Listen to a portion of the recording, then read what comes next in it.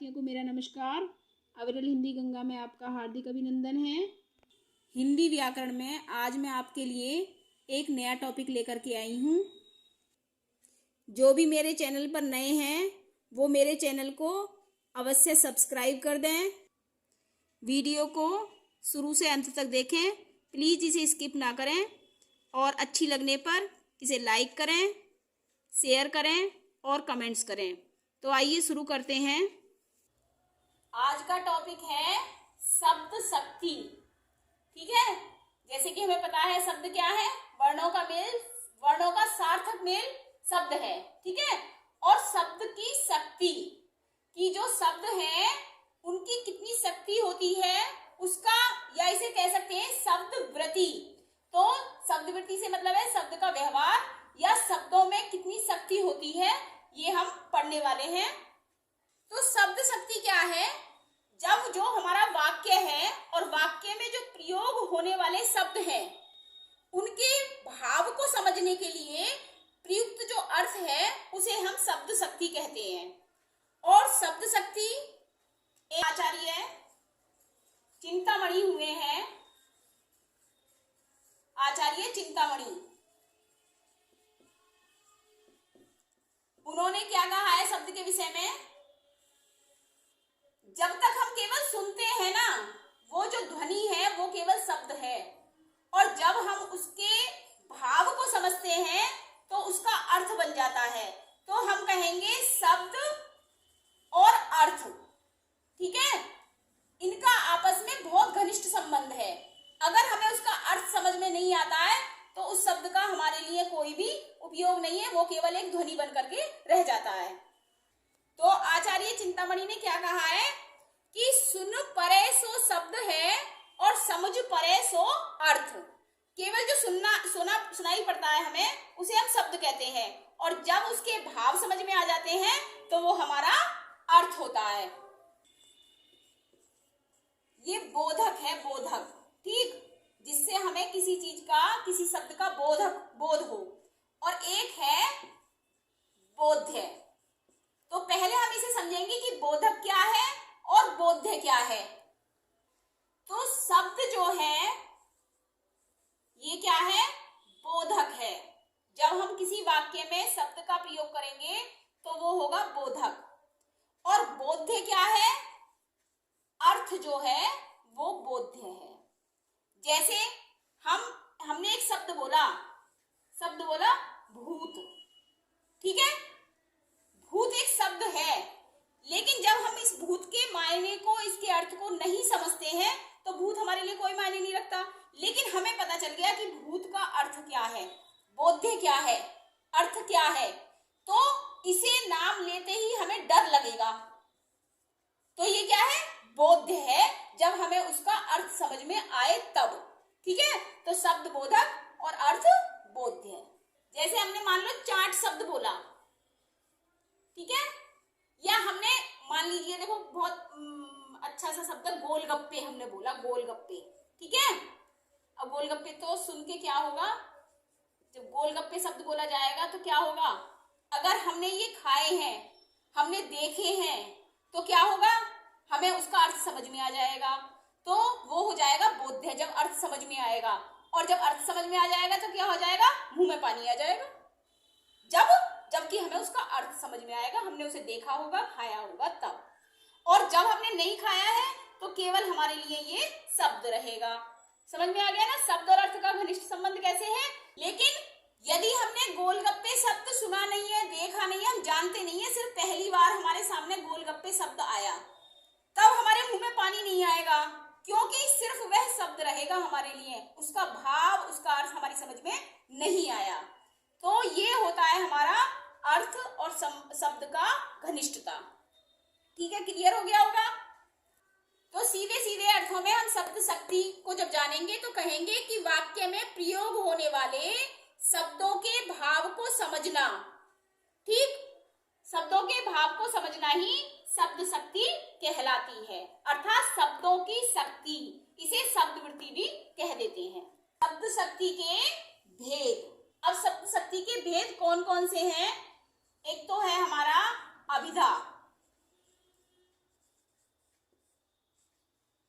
दूसरा लक्षणा और तीसरा व्यंजना। ठीक है, ये शब्द शक्ति के 3 भेद होते हैं, अभिधा, व्यंजना, लक्षणा और व्यंजना। वैसे कोई क्रम नहीं है, लेकिन इसे अभिधा, लक्षणा, व्यंजना तीनों को इस क्रम में लिखने से हमें आसानी से समझ आ जाएगा, इसलिए मैंने अभिधा, लक्षणा, व्यंजना लिखा है। अभिधा का क्या मतलब है? अभिधा का मतलब है मुख्यार्थ या कहें वाच्यार्थ। ठीक है, कि जो भी हमने वाच्यार्थ मतलब जो भी बोला उसका सीधा सीधा अर्थ समझ में आ जाए, जो भी उसका मुख्य अर्थ है वो सीधे सीधे समझ में आ जाए, तो वो उसे कहते हैं हम अभिधा। ठीक है, और लक्षणा का क्या मतलब है कि जो लिखा गया है उसमें हमारे भाव जो है उसका लक्षण दिखाई पड़े। ऐसा जरूरी नहीं है उसमें मुख्य अर्थ नहीं होगा, उसमें क्या होगा, उसमें लक्षण दिखाई देंगे कि सामने वाले जो वक्ता है, जो बोलने वाला है या जो पढ़ने वाला है या सुनने वाला है, उसको क्या लक्षण उसमें दिखाई दिए। अब साधारण अर्थ से मुख्यार्थ तो हो गया साधारण अर्थ, लेकिन ये क्या है, लक्षणा क्या है, साधारण अर्थ से भिन्न, साधारण अर्थ से अलग। ठीक है, अब व्यंजना क्या है?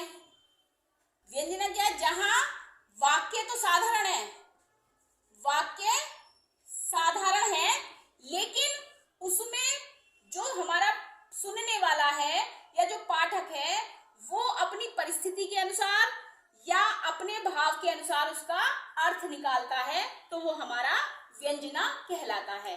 अब देखते हैं इसके सबके एग्जाम्पल देखते हैं अलग अलग और समझते हैं आगे। तो जो श्रोता और पाठक है उसके मन के जो उत्पन्न भाव हैं वही व्यंजना या उसे कह सकते हैं व्यंग्यार्थ कहलाते हैं।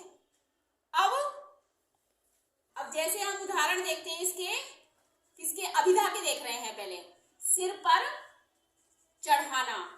ठीक है, अब हमने सीधे सीधे अगर हम इसका अर्थ हमारा सीधा है, इसका कुछ मतलब नहीं है सिर पर चढ़ाना। अब हमने सिर पर क्या घड़ा चढ़ाया, टोकरी चढ़ाई, जो भी वस्तु हमने सिर पर रखी उसका मतलब हो गया सिर पर चढ़ाना। तो जिसका जो का त्यों अर्थ निकले, कोई भी परिवर्तन ना हो, जो बोला गया मतलब जो सुनने वाला है और जो बोलने वाला है दोनों के मन में ही समान अर्थ निकलता हो, तो वो हमारा अभिधा कहलाता है।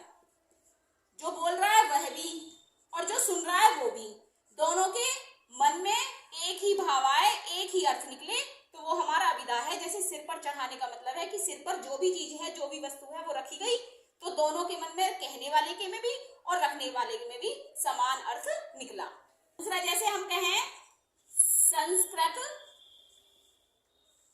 प्राचीन भाषा है। ठीक है, संस्कृत प्राचीन भाषा है, तो सीधा अर्थ कहने वाले के में भी और सुनने वाले के में भी। इसका मतलब है सच में ही संस्कृत प्राचीन भाषा है, ये सत्य है। जिसने बोला उसके लिए भी और जिसने सुना उसके लिए भी, तो दोनों का अर्थ जो बोला गया वही निकल रहा है। जैसे हम बोले हिंदी भाषा है। ठीक है, हिंदी भाषा है भाई, अभिव्यक्ति का एक माध्यम है, तो हिंदी भाषा है। अब इसको अगर हम लक्षणार्थ में और उसमें किस प्रकार से प्रयोग किया जाता है, जब सीधा सीधा अर्थ निकल रहा है, कहने वाला सुनने वाला समान अर्थ लगा रहा है, तो वो हमारा अभिधा कहलाता है। और यहाँ एग्जाम्पल से आपको क्लियर भी हो गया होगा, जैसे सिर पर चढ़ाना या संस्कृत प्राचीन भाषा है या हिंदी भाषा है, सबका एक ही अर्थ निकल रहा है। तो अब ये हो गया हमारा लक्षणा। लक्षणा में क्या है? लक्षणा में मैंने क्या बताया था कि साधारण अर्थ से भिन्न, मतलब कि वास्तविक अर्थ बोध तो हो लेकिन उसमें लक्षण दिखाई दे, तो वो हमारा लक्षणा होता है। मतलब लक्षणार्थ होना चाहिए, लक्षण वाला अर्थ दिखना चाहिए। किस प्रकार से? जैसे मैं कहूं कि राम शेर है, या मेरा शिष्य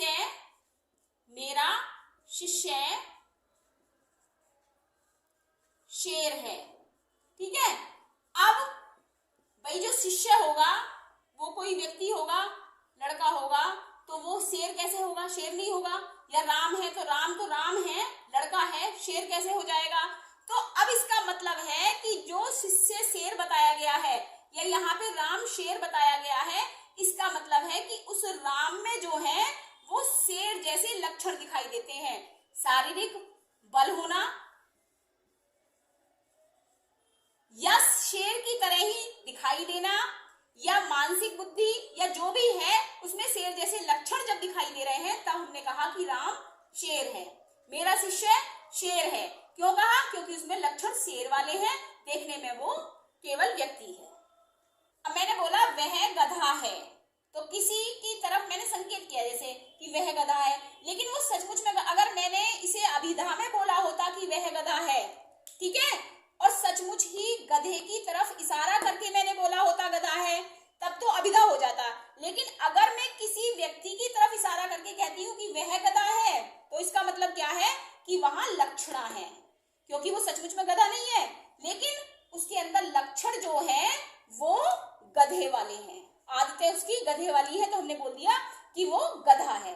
समझ में आ गया होगा कि अभिधा में मुख्यार्थ निकल रहा हो, समान अर्थ, सुनने वाला भी बोलने वाला भी समान कह रहा हो। अभी मैंने यहाँ पे वह गधा है बोला, ठीक है, वाच्यार्थ हो गया वह गधा है, लेकिन जब सुनने वाले ने देखा या उधर की तरफ देखा तो वो व्यक्ति है, तो इसका मतलब उसकी समझ में आ गया, उसने अपने अनुसार अर्थ निकाला कि इसका मतलब कि इसका जो दिमाग है वो गधे जैसा है, ठीक है। तो यहाँ लक्षण हो गया, उसके अंदर गधे जैसे लक्षण है। मैंने अभिधा में एक एग्जाम्पल बताया था सिर पर चढ़ाना, तो जब हम सिर पर चढ़ाना शब्द मुख्यार्थ उसमें पढ़ रहे हैं, किसमें? अभिधा में, तो सिर पर चढ़ाने का मतलब सीधा सीधा था कि हमें सिर पर कुछ रखना है या हमने रखा है। लेकिन जब ये हमारा लक्षणार्थ में प्रयोग कर रहे हैं, हमने कहा कि उसने अपने बेटे को सिर पर चढ़ा रखा है, तो सिर पर चढ़ा रखा मतलब ऐसा नहीं है कि उसने सिर पर बिठा रखा है, बल्कि उसने उसको बिगाड़ दिया है ज्यादा लाड़ में, तो उसे कह देते हैं सिर पर चढ़ाना। अब व्यंजना देखते हैं, व्यंजना क्या? तो व्यंजना मैंने बता दिया था कि वाक्य तो साधारण होगा, लेकिन इसमें प्रत्येक पाठक और श्रोता जो होगा वो क्या है, अपने अलग अलग अर्थ को लगाएगा। अर्थ अलग अलग लगाने पर वो हो जाएगा हमारा व्यंजना। जैसे मैंने एक शब्द बोल दिया कि सुबह के 8 बज गए, 5 बज गए, ठीक है, 8 बज गए, ठीक। अब इसका क्या मतलब है? सुबह के 8 बज गए। अगर इसे हम कहेंगे कि सुबह के 8 बज गए, सचमुच में 8 बजे हैं, लेकिन जब हम इसका प्रयोग कर रहे हैं अभिधा में, तो बस हम टाइम बता रहे हैं कि सुबह के 8 बज गए, ठीक। लेकिन अगर हम इसका प्रयोग कर रहे हैं व्यंजना में, तो इसका प्रत्येक व्यक्ति अलग अलग अर्थ लगाएगा। जैसे मान लीजिए घर की कोई स्त्री है, तो वो क्या सोचेगी कि इसका मतलब काम करने का समय हो गया। सुबह 8 बज गए तो घर के कार्य करने का समय। अगर कोई व्यक्ति कहीं कार्यालय में जाता है, कहीं बाहर जाता है, ड्यूटी पर जाता है, तो उसके ऑफिस जाने का समय, ठीक, ऑफिस जाने का समय। यदि कोई सुबह 8 बजे पूजा करता है, तो पुजारी का समय, पुजारी अपने हिसाब से सोचेगा कि उसका पूजा का समय हो गया। किसी बच्चे को स्कूल जाना है, तो बच्चे का स्कूल जाने का समय, बच्चे का स्कूल जाने का समय। लेकिन अब क्या था, हमने तो सिर्फ यहाँ पे क्या पढ़ा कि सुबह के 8 बज गए, और व्यंजना में सब व्यक्तियों ने अलग अलग लगाया। सुबह के 8 बज गए का मतलब जिसे घर का काम करना है, काम करने का समय हो गया। जिसे बाहर ऑफिस में जाना है, उसका ऑफिस जाने का समय हो गया। पूजा करने वाले का पूजा करने का समय हो गया। बच्चे के स्कूल जाने का समय हो गया। तो सबका 8 बजने से मतलब अलग अलग निकला। जैसे अब एक और सपोज करो, जैसे क्लास चल रही है, ठीक है, हमारी कक्षा चल रही है, और कक्षा में एक शिक्षक द्वारा पढ़ाया जा रहा है, वहां पे विद्यार्थी बैठे हुए हैं, उसमें से एक विद्यार्थी का ध्यान पढ़ाई में नहीं लग रहा, और शिक्षक को पता चल जाए कि ये पढ़ नहीं रहा है, बाकी जो विद्यार्थी हैं वो पढ़ रहे हैं, तो शिक्षक क्या कहेगा उससे, विद्यार्थी से, कहाँ हो? तो इसका मतलब वो ये नहीं पूछ रहा कि वो क्लास में नहीं है, क्लास में तो वो दिख रहा है, लेकिन यहाँ पे व्यंजना होगी, वो व्यंजना में पूछ रहा है, व्यंग्यार्थ है उसका कि वो दिमाग से प्रेजेंट नहीं है, वो कुछ और सोच रहा है। इसका मतलब व्यंग्यार्थ। समय नहीं पूछ रहा है या ये नहीं कह रहा है कि तुम कहाँ हो को जगह नहीं पूछ रहा, क्योंकि उसे दिख रहा है कि वो क्लास में है, लेकिन क्लास में वो केवल शरीर से बैठा हुआ है, इसलिए यहाँ पे व्यंग्यार्थ होगा। जैसे सुबह कोई देर से सो के उठा तो उससे ये बोला जाए कि क्या समय हो रहा है, तो वो समय नहीं पूछ रहा है, इसका मतलब वो बता रहा है कि देख लो इतनी देर हो गई है, समय क्या है। तो ये क्लियर हो गया होगा।